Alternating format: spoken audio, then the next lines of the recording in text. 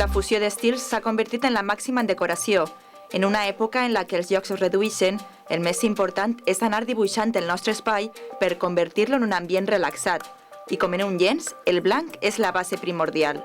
Ceniza, el negro y el blanco es lo que más suele haber ahora, lo que pide el cliente, vamos. Els principals, per dir-ho d'alguna manera, són el blanc i el negre. El blanc va ser la conclusió del més pur minimalisme, però esta tendència ha anat evolucionant a estances més acollidores, on l'extrema simplicitat ha donat pas a la decoració del detall. Se va mesclant tot molt i sobretot per fer una casa molt acogedora, que és el que se pretén, en ficar detalls com coixins, com alfombre, o sigui, anant decorant perquè la gent estiga molt a gust en casa. Nosaltres mateixa, a banda de que aprenem, estem ensenyant també a la gent i la gent li agrada. Entonces ara anem ficant més coses més fortes, càlides, vas mesclant, vas trencant. Però dins d'esta barreja d'estils continuen havent unes tendències molt marcades. L'estil modern, amb línies rectes i estructura modular, és el que més demanda té.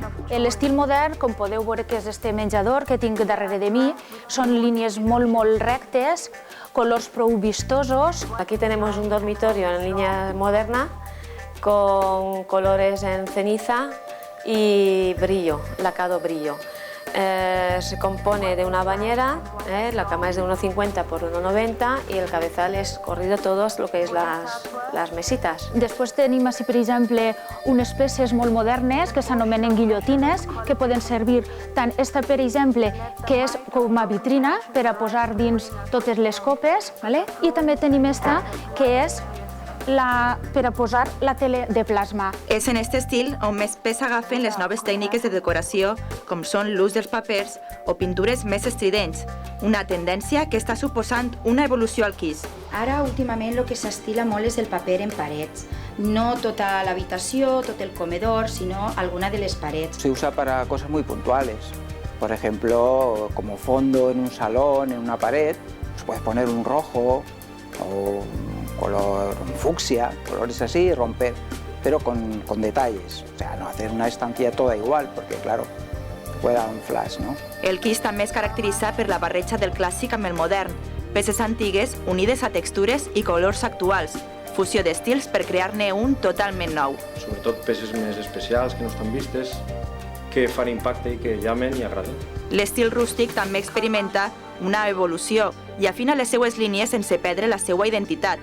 Manté les fustes naturals i la seva versatilitat que ofereix comoditat i descans. El color també fa que siga més rústic si estem parlant d'un color, per exemple, envellit, que fa com que és un moble antic i sobretot per l'acabat, que no és un acabat en brillo, sino que es més mate. En el mueble rústico podemos hacer de todo también. Podemos hacer tipo alturas como en lo clásico hasta el techo o medida italiana también. Al igual que el rústic, l'estil clàssic continua sent una aposta per la bellesa i la sofisticació.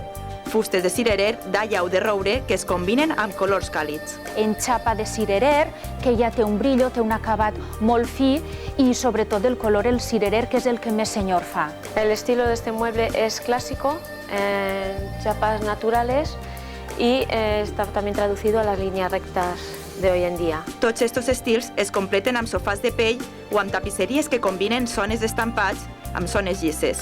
Para los sofás pues se lleva bastante la piel y las telas de tapicería resistentes. Combinar en llis d'un color el que són els asientos, els braços i tota la part fixa de lo que és el sofà, i el respaldo sí que n'hi ha que donar-li una miqueta més de colorit, d'estampat. Els vidres i els metalls, juntament amb els cortinatges, són els elements que arredoneixen les estances i es demostren que el secret de l'interiorisme està en saber barrejar conceptes.